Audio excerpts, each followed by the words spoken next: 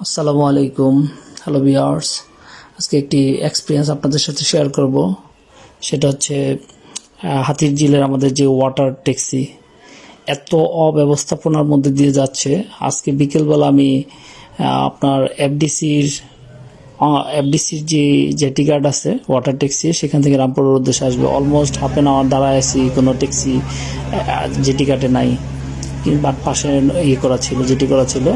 তো পরে বাই পাশে যারা ছিলেন যাত্রী, তাদের কাছ থেকে শুনলাম যে তাদের ভালোই একটা অব্যবস্থাপনা যাচ্ছে রিসেন্টলি, এবং পানির দুর্গন্ধ কালো হয়ে আছে। কারণ আমরা যারা এখান দিয়ে আসা যাওয়া করি, আমি হয়তো সবসময় আসা যাওয়া করি না, কিন্তু মাঝে মাঝে আসা যাওয়া করি, তখন কিন্তু পানির কালার বা একটা ভালোই দেখছি। কিন্তু এখন এত বাজে একটা অবস্থা, যেরকম গন্ধ এরকম পানি কালো হয়ে আছে।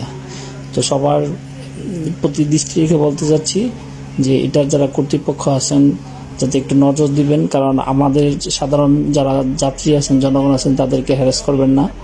কারণ আপনারা তো টাকা নিচ্ছেন, আমরা আসা যাওয়া যখন করি আমরা তো, আপনারা টাকা নিচ্ছেন, ব্যাট নিচ্ছেন, সবই নিচ্ছেন। তো আপনারা কেন এগুলো ডেভেলপ করতেছেন না? সবার প্রতি পক্ষ থেকে এটা দাবি রাখলাম। আসসালামু আলাইকুম।